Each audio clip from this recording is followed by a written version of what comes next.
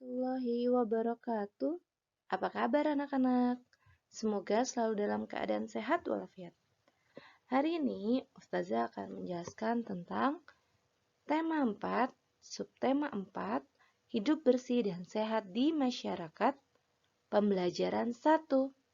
Sebelum kita mulai, mari kita berdoa. Bismillahirrahmanirrahim. Rabbi shrahli sadri wa yassirli amri wahlul 'uqdatam min lisani yafqahu qawli. Rabbi zidni ilma warzuqni fahma. Amin ya rabbal alamin. Hidup bersih dan sehat di masyarakat. Di masyarakat ada tempat yang bisa digunakan bersama. Tempat itu disebut tempat umum. Tempat umum menjadi milik masyarakat.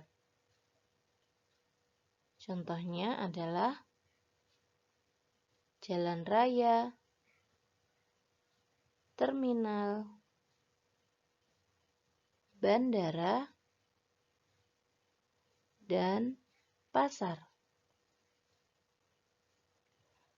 Kita harus menjaga tempat umum bersama. Kita bisa bekerja sama menjaga dan membersihkan tempat umum.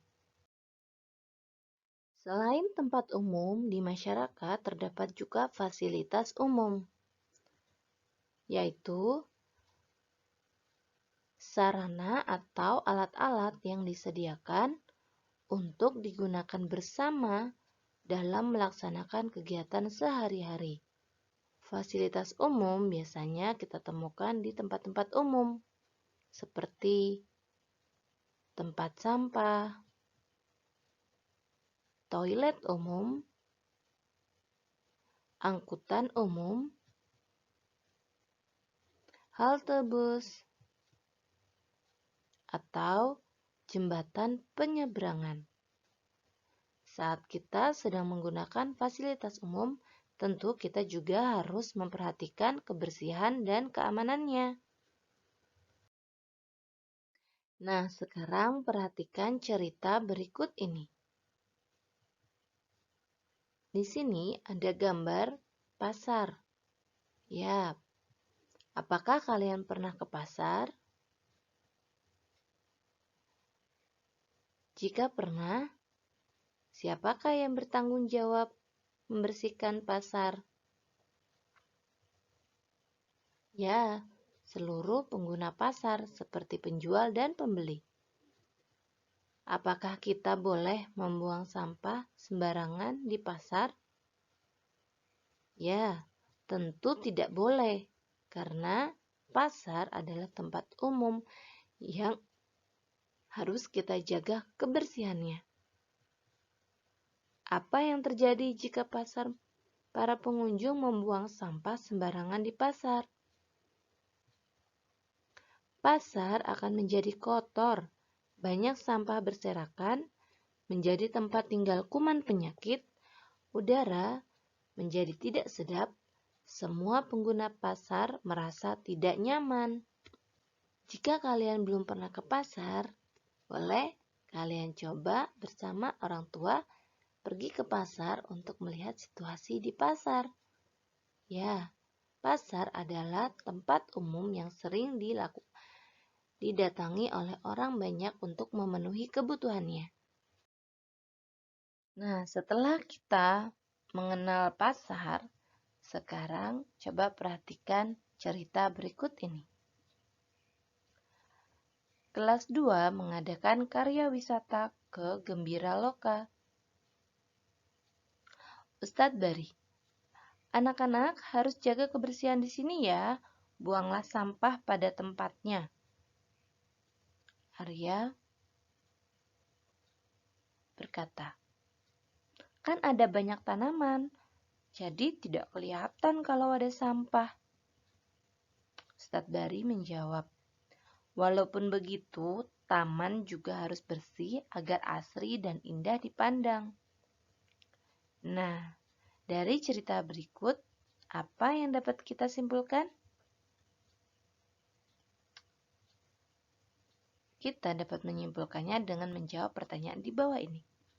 Yang pertama, apakah isi percakapan di atas? Isi percakapan di atas adalah pesan Ustadz Bari kepada anak-anak kelas 2 untuk membuang sampah pada tempatnya. Lalu, bagaimana menurutmu percakapan di atas? Percakapan tersebut baik karena berisi tentang nasihat untuk menjaga kebersihan, walaupun sampah yang berserakan tidak terlihat.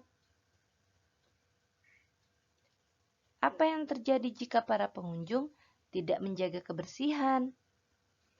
Tempat tersebut akan kotor, banyak sampah berserakan, dan bau tidak sedap.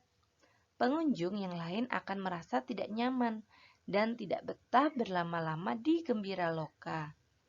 Nah, itu tadi adalah cerita tentang kegiatan karya wisata ke Gembira Loka.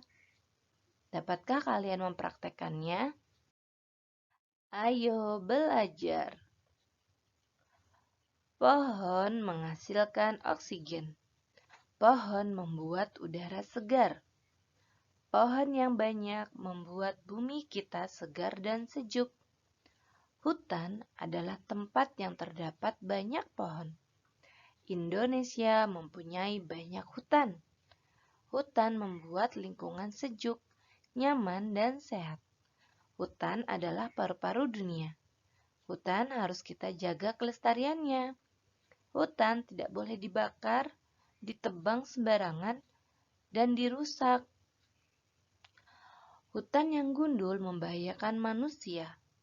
Hutan gundul bisa menyebabkan banjir. Banjir membuat lingkungan menjadi kotor. Kita bisa menjaga hutan dari hal yang terkecil. Salah satunya adalah menghemat kertas dan menjaga pensil. Kertas dan pensil terbuat dari kayu. Kayu berasal dari pohon. Pohon berasal dari hutan. Ayo, kita hemat kertas. Nah, anak-anak, demikian pembelajaran kita hari ini. Semoga bermanfaat. Ustazah akhiri, wassalamualaikum warahmatullahi wabarakatuh.